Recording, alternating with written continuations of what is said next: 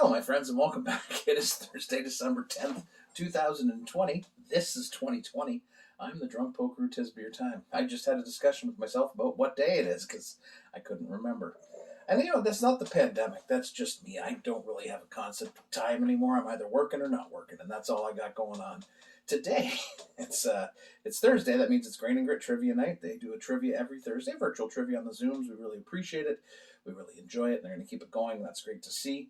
So, of course, I had to stop by to pick up some beers because you get 5 points for drinking Grain and Grit beer. And I'm like, well, okay. I mean, I get 5 points just for living life. Drinking Grain and Grit beer, definitely a thing to do. New beer, second win, West Coast Hazy IPA. I believe 6%. I can't read it, but I'll type it up later. When was it canned?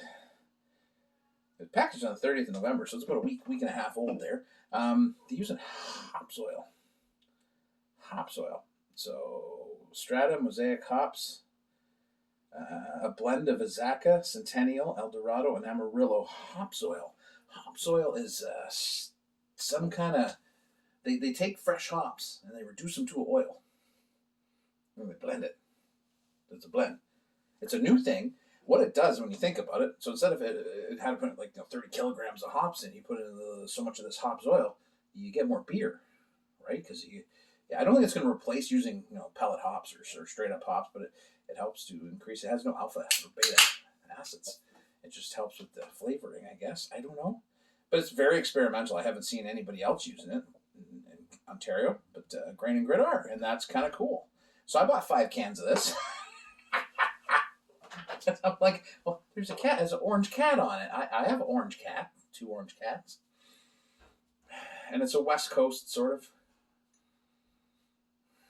Haze kind of drop out a little bit. That's okay. Haze is the hardest thing to keep in a beer, man. I don't care about.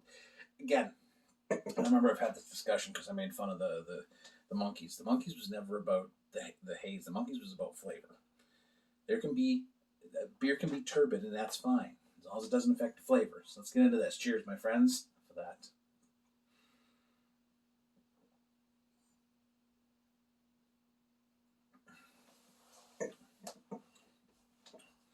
So solidly in the West Coast with the toasty malt body.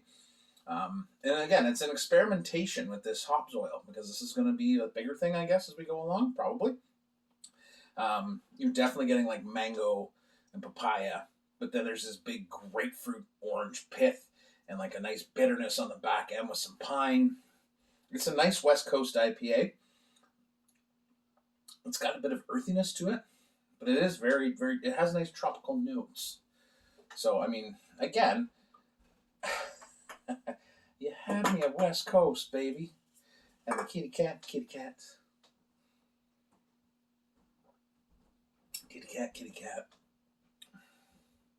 I'm intrigued by the concept of this, and they only use fresh hops. And it's some kind of steam distillation process. I haven't investigated it that much. I'll leave that to people who are smarter than I and who have much. I'm just going to drink the beer. But good on Grain and Grit for always looking to ways to do different things, The pandemic has taught us one thing. It says you just got to keep pivoting. Pivot. You keep working hard to make things right and make your business grow and stay alive. So, intrigued. Good beer. I got 4 other cans I'm going to go through tonight, just, science and researchy stuff. And then I'll, probably order some more. Anyways, guys, order from Grain and Grit. Check them out. They deliver all across Ontario.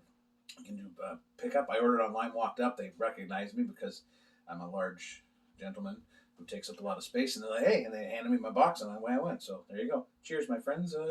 It's a good night. Let's go.